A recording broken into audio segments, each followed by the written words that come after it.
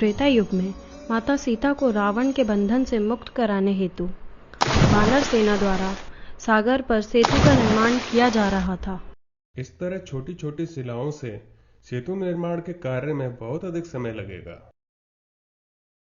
प्रभु, सेतु निर्माण का कार्य जल्द पूर्ण हो सके उसके लिए मैं बड़ी शिलाओं का प्रबंध करता हूँ। जैसा तुम्हें सही लगे हनुमान। जय श्री राम। हिमालय पहुंचकर हनुमान जी की दृष्टि एक विशाल पर्वत पर पड़ी। ये विशाल पर्वत सेतु निर्माण के लिए उचित रहेगा। इससे कार्य शीघ्र ही पूर्ण हो जाएगा।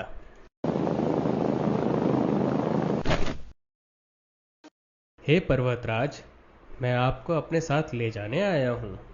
तुम कौन हो और मुझे अपने स्थान से क्यों हटाना चाहते हो? मैं रामदूत हनुमान हूँ।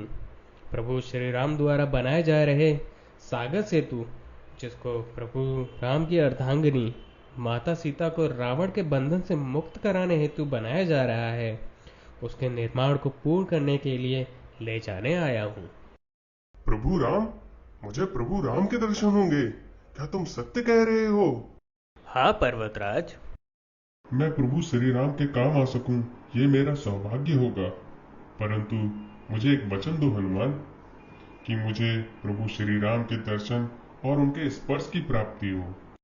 मैं आपको वचन देता हूँ कि आपको प्रभु श्री राम के दर्शन और उनके स्पर्श की प्राप्ति अवश्य होगी।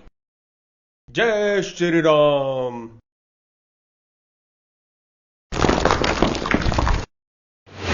हनुमान जी गोवर्धन पर्वत को उठा सागर की ओर चल दिए। हनुमान जी अभी रास्ते में ही थे कि उन्हें तितलियों द्वारा संदेश मिला, सेतु का निर्माण पूर्ण हो गया है।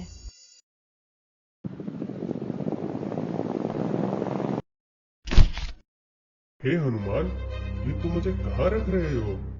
पर्वतराज, सेतु निर्माण का कार्य पूर्ण हो चुका है। यह तितलियां उसका संदेश हैं।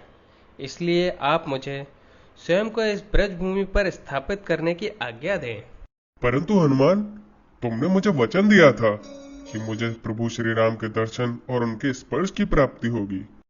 यह प्रभु का ही आदेश है कि सेतु निर्माण पूर्ण होने का संदेश मिलते ही सागर तट पर पहुंचे।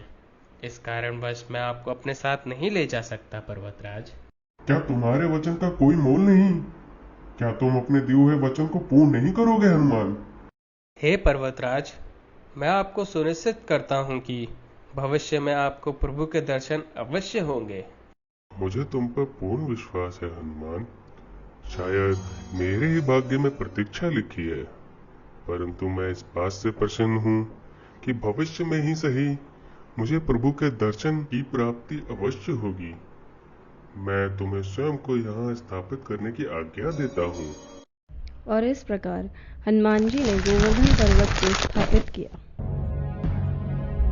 हनुमान जी के इस वचन का मान रखते हुए प्रभु ने श्री कृष्ण अवतार में गोवर्धन पर्वत को अपनी कन्या उंगली पर उठाकर पूर्ण किया।